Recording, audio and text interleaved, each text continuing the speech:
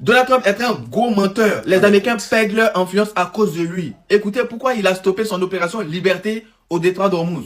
Oui, Julien, on a l'impression véritablement que ces dernières heures, Donald Trump a envie de sortir rapidement de ce conflit, vous savez, qui a coûté des dizaines de milliards de dollars déjà aux contribuables américains, qui coûte encore très cher politiquement à Donald Trump. On rappelle qu'il n'a jamais été aussi impopulaire ici aux États-Unis depuis son retour à la Maison-Blanche. Et hier, dans le bureau ovale, il a martelé justement devant les journalistes que les États-Unis avaient gagné, remporté cette guerre contre l'Iran. Mais il y a une information ce matin qui est très importante. Elle nous parvient de nos confrères de NBC News et qui montre peut-être l'isolement qui est de plus en plus marqué de Donald Trump. L'Arabie Saoudite a, selon NBC News, refusé l'espace aérien aux avions de chasse américains, notamment de cette base saoudienne de Prince Sultan. C'est un élément important puisque NBC News cite deux responsables militaires très haut gradés américains qui expliquaient que l'opération Freedom, l'opération Project Freedom, ne pouvait pas se faire sans survol de l'Arabie Saoudite avec ses avions de chasse. C'est ce qui aurait poussé Donald Trump à reculer dans ce projet de liberté.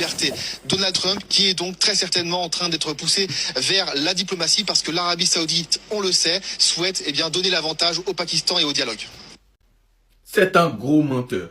En fait, il a dit j'arrête, je stoppe l'opération parce qu'il y a un accord qui est proche. Je vous avais dit hier quoi. Je connais trop tous ces gars-là maintenant. Je sais pas pourquoi. J'ai dit c'est un menteur. Il y a la vraie raison qu'il est en train de cacher.